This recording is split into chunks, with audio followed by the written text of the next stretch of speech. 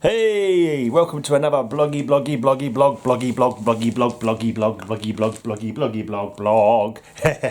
Yes, it's me again, blogging all over the world. Hang on, have I got the right ones here? Yeah, I think I have. Right, I'll show you some comics that I've been reading this week, and also because it's a Sunday, going to tell you all the bands on my latest podcast that just came out today.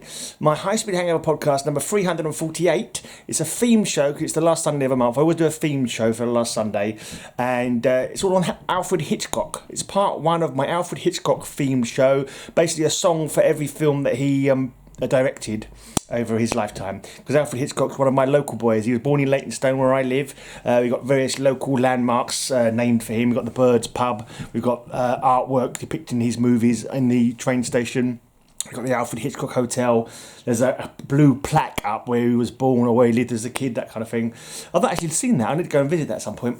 Anyway, so let me tell you the bands that are on the podcast this week, and if you want to check it out, if you're a headbanger, check out the link down below, and that will lead you to the podcast, the show. So the bands this week: Catalepsy, Bounty Hunter, Unholy Outlaw, Enon Chapel, Stone Jesus, The Ring, Downhill, Dawn of the Unleashed, Virtue, Champagne, Aeons, Blackmail, Heavy Quake, Bolt Throne, Juno's Claw, Murder, Low 12, Bloody Mary, Strange, Hester Prynne, Abstract Spirit, Sadist, Dead of Night, Broken Bone, Sabotage, ASG, Shovelhead, Arisha Shakpana, Malignari, Diachronia and Tabletops.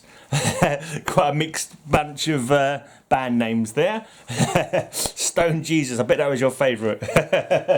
Probably wasn't. Either you laughed at that one or you were like, or you just like, anyway.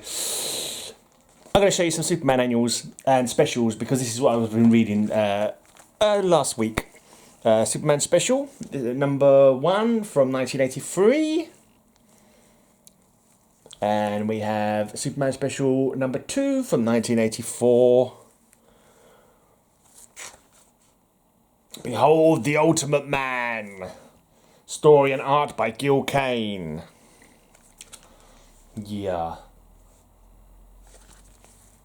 If I remember what happened in them, I'll tell you them as well. I can't remember what happened, especially those are the ones that I've read the furthest away. So, Superman 10 Cents Adventure. Just general Superman stories, all good stuff. I particularly like these ones, these 80-page giants with lots of individual little stories in them. Sometimes they really hit the crux of the character in like 4 pages. They can really tell a story that, you know, hits right to the heart of them, you know what I mean? Just sometimes, not always. Sometimes it's just crap. No, it's never crap, but sometimes, you know, some are better than others. Obviously, so every now and again you'll get that Captain Tomorrow story, for example. Superman... This Superman's working, you know, at the newspaper, and there's a new person at the newspaper doing stories, picture stories, and this Captain Tomorrow is this character that he's created, and his story is really close to Superman's, and Superman starts thinking that this guy maybe knows something about him or something like that. So he goes to visit, and it turns out he's an old man who used to be a superhero when he was young, who Captain Tomorrow, before losing his powers.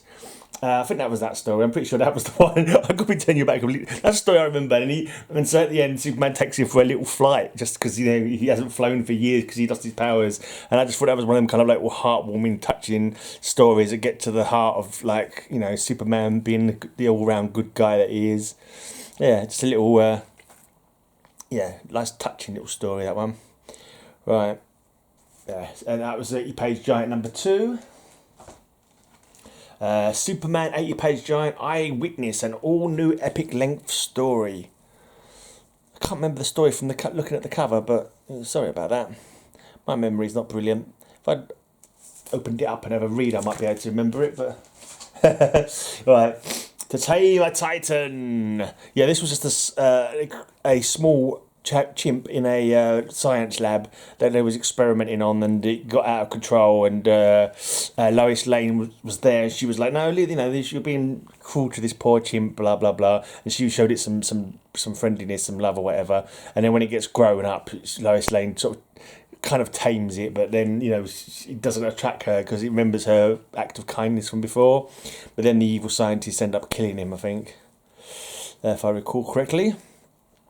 Shadows of the Past. Yeah, this is the Newsboy Legion. I think this might be the new reintroduction of the Newsboy Legion and not the Guardian, but the Newsboy Legion. Sort of they escape from Cadmus, and Guardian has to go after them, and Superman discovers them. And I think this must be where he discovers Cadmus.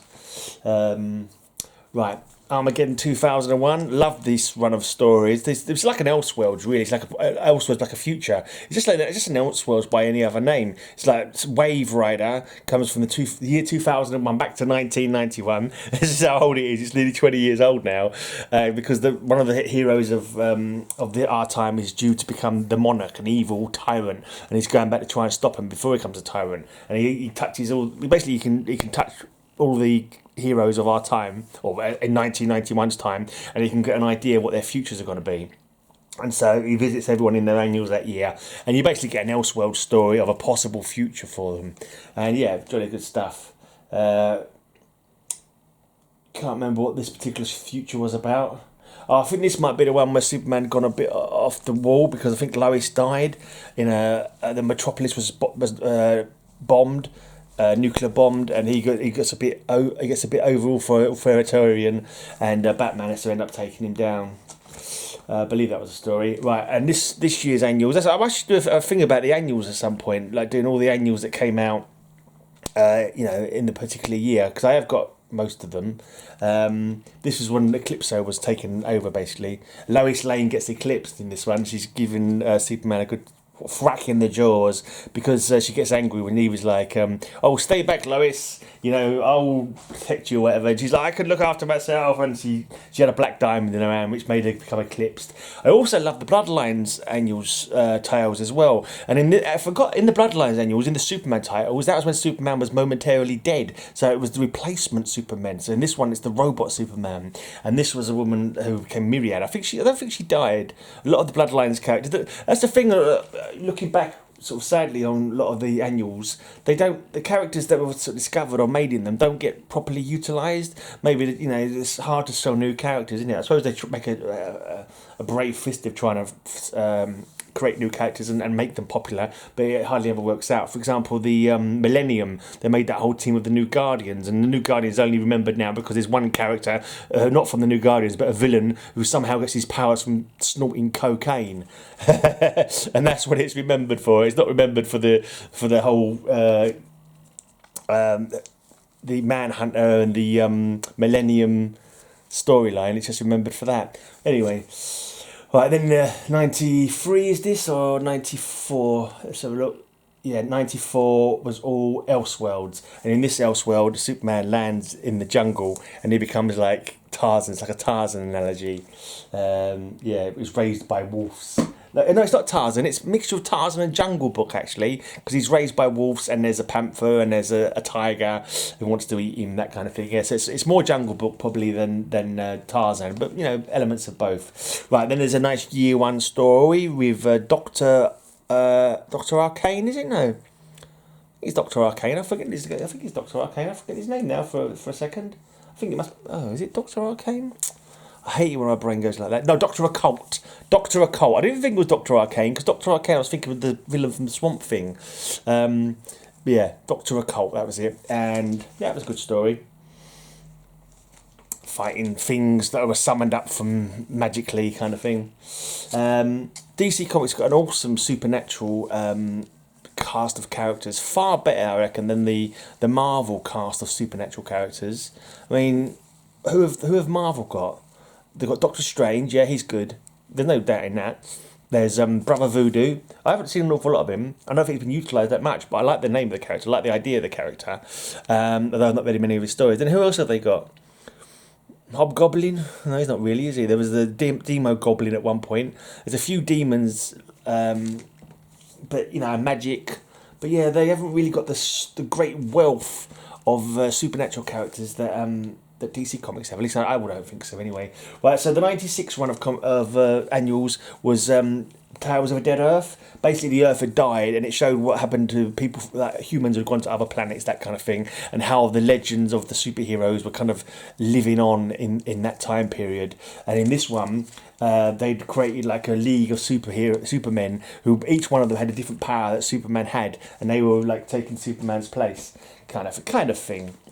And then the Pulp Heroes year in 1997, where everything was like based like an old Pulp Heroes kind of story. So more like a throwback kind of story to the old days of Doc Savage, Man of Bronze, and that kind of character. Maybe the Phantom and the Shadow, those kind of pulps.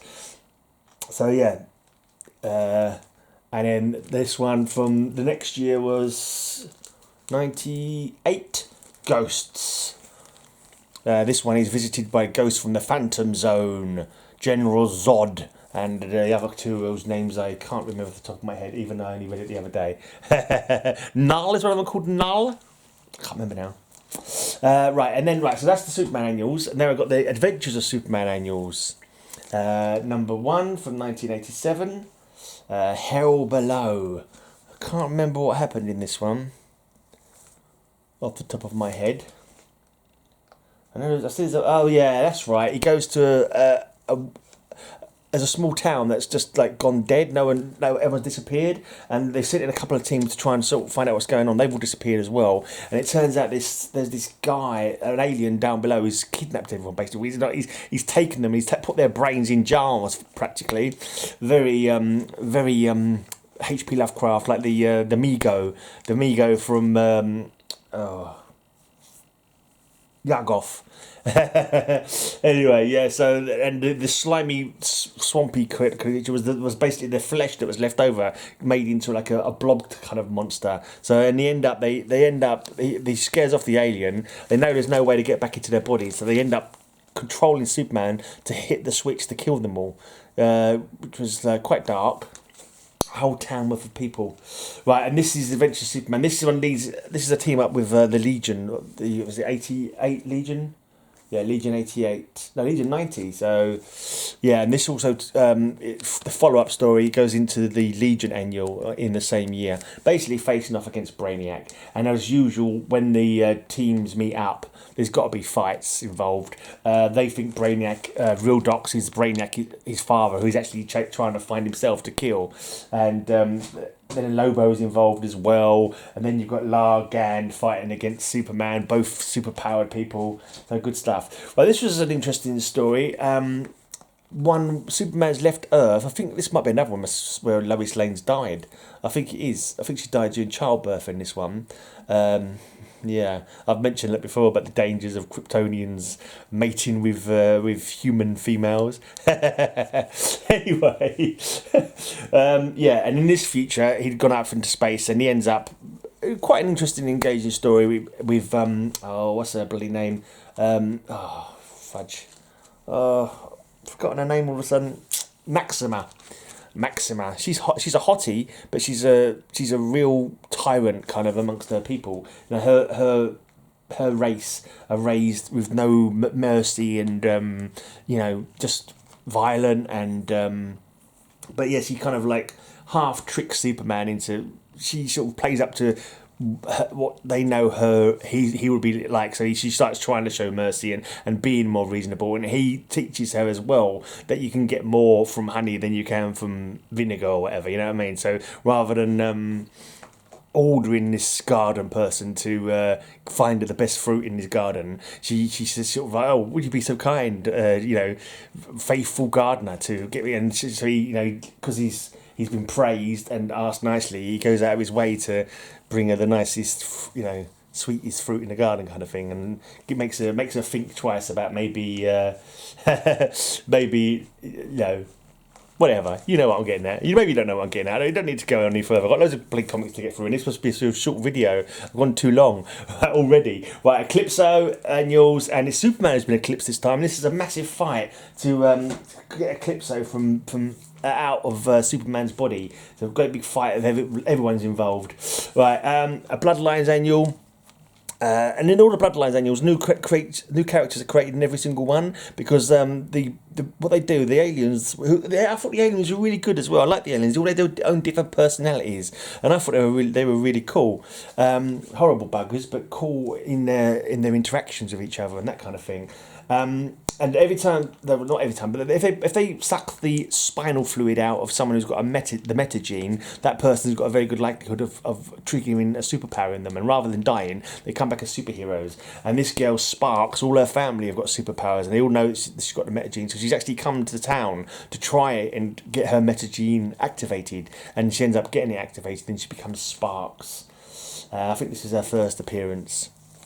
Okay, and right. Mignola cover.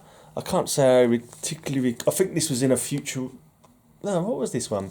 I'll get it confused. You get lots of stories that are fairly similar, but I can't remember exactly what this Elseworlds is now. Looking at the cover of it, to be honest.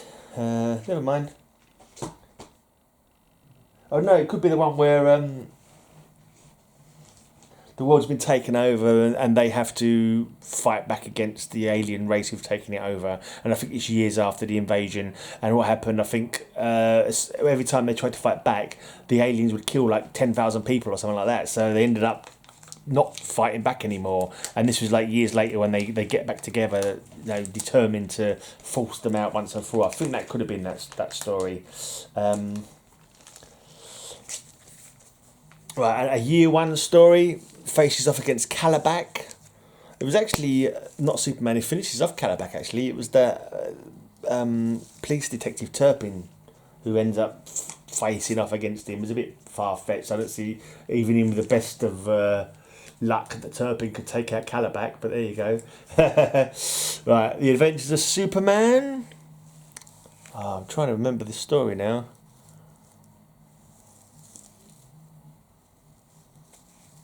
Yeah, that's right. It was an alien on another world, and somehow he gets the.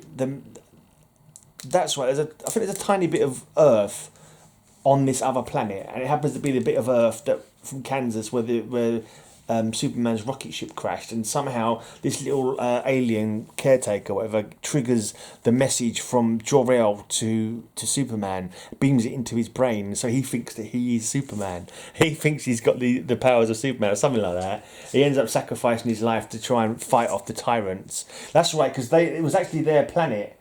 And these people have come to their planet saying, "Oh, well, you were tyrants and you were overlording us, and we've now got, we're in charge." But they were lying; they'd never been in charge. They'd always been the conquerors and something like that, something weird like that. And then we've got a Pulp Heroes one, Superman annual. This is in this Pulp Heroes era of Superman. This was when he was the blue Superman, the blue electric Superman. I don't think red Superman had popped up yet. I know a lot of people didn't like that blue Superman, red Superman, different powers thing, but I thought it was fine. I enjoyed it. I don't get hit up when they make changes like that, because eventually they're going to change it back, and they're just making like fresh ideas for a bit, that's all. Trying something different.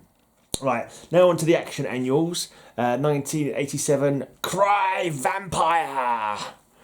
Can't remember exactly what happened, but it was something to do with vampires. Oh, that's right. I think it was this. It was a bit strange to start off with, because you didn't realise that the woman who seemed like she was persecuted was actually the vampire. She seemed like she was some innocent sort of maid kind of thing, and like the townsfolk were victimising her, but she was a vampire all along. Right, Superman in Action Comics 1989, all new adventure, and there's quite a few names revealed there. Revealing a secret of Superman past and a new Who's Who entry. I can't say I remember this story though, but he's decked out like some kind of warlord of Mars or something on the cover there. I can't remember what that particular story is about now, just by looking at that cover. But it's got quite, I think he must have a lot of different stories in it, because it's got quite a lot of names mentioned there. Unless they all worked on different pages, maybe. Anyway, right, this is an Elseworlds one where Superman ends up becoming the president. And Wave Rider was hoping that he wouldn't become the tyrant monarch after becoming president, but no, Superman's not going to do that. Superman is, if he was a stick of rock and you was to bite into him, the word good would be all the way through, because Superman is good to the core, basically. It's that good Kansas upbringing that Ma and Pa Kent gave him. Yeah. Right, And in this one, this is Superman eclipsed still. This is actually before the other one that I showed you where he was eclipsed, because in that one he gets the eclipse knocked out of him. But in this one, he's just become eclipsed. I thought it was a bit silly that he gave himself up to Eclipso to save this town. But I thought, no, because, you've got to find another way of doing it, because if you become eclipsed, you can kill everybody, So I thought that was a little bit on the not so well written side. But anyway, he becomes eclipsed, and Captain Marvel faces off against him. Captain Marvel gets a bit of a dusting up though, because he's trying to obviously be not hurt Superman, holding back, but Superman eclipsed is holding back nothing. Right, and this is the Bloodlines annual from this year, and this is the Eradicator version of Superman. Gets into this guy who was an ex-copper, doing a little bit of it. No, it wasn't an ex-copper, but it was. He'd been injured, and so he was confined to like desk work mainly. But he was doing a little bit of detective work, trying to find out about the missing people who are all being killed, obviously by the aliens who are sucking their spinal fluid. And he gets done. Luckily, he's got the metagene. He turns into this loose cannon guy who changes colour the angrier he gets, kind of thing. A bit hulkish maybe, but he doesn't lose his intellect. Yeah, and he faces off against Eradicator. Eradicator was like, he's kind of like the authoritarian Kryptonian version of Superman, and he's a little bit OTT, and he's happy to fight sooner than talk. And so there's obviously that loose cannon is a bit of loose cannon as well, as his name suggests, and they end up fighting before they end up teaming up against the aliens and saving a bridge from collapsing, that kind of thing.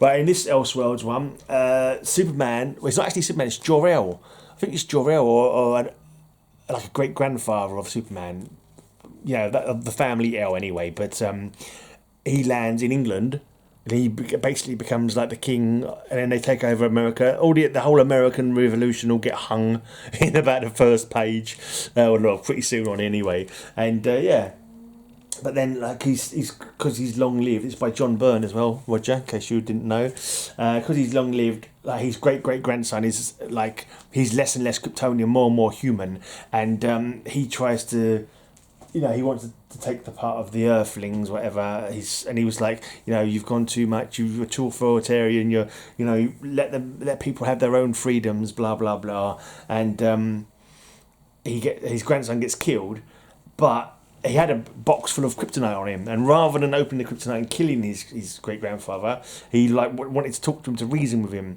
and that sort of makes him realise that okay, maybe he could have killed me if he wanted to. If it makes him realise that maybe he should have.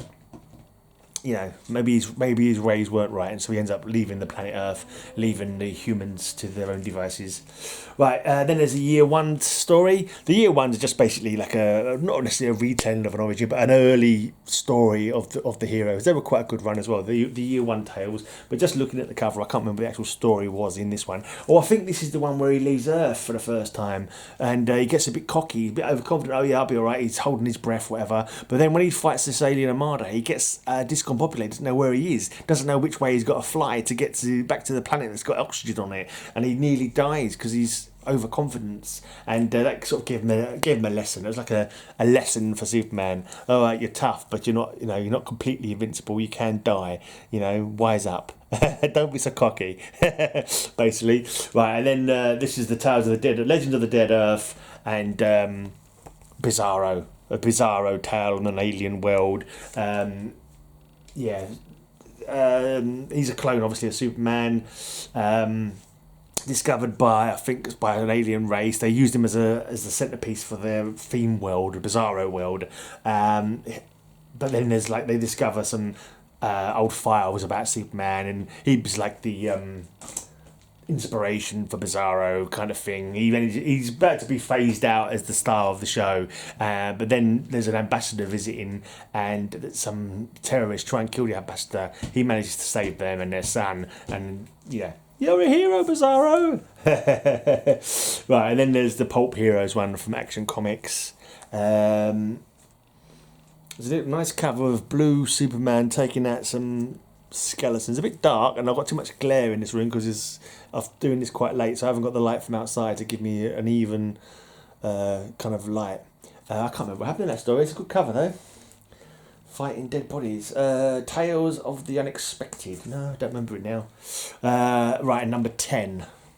Action Comics Annual number 10. Nice looking cover. Lots of different little panels on it. Good stuff. A few different stories. Right, now on to the Man of Steel annuals. Number 1, Eclipso, Darkness Within.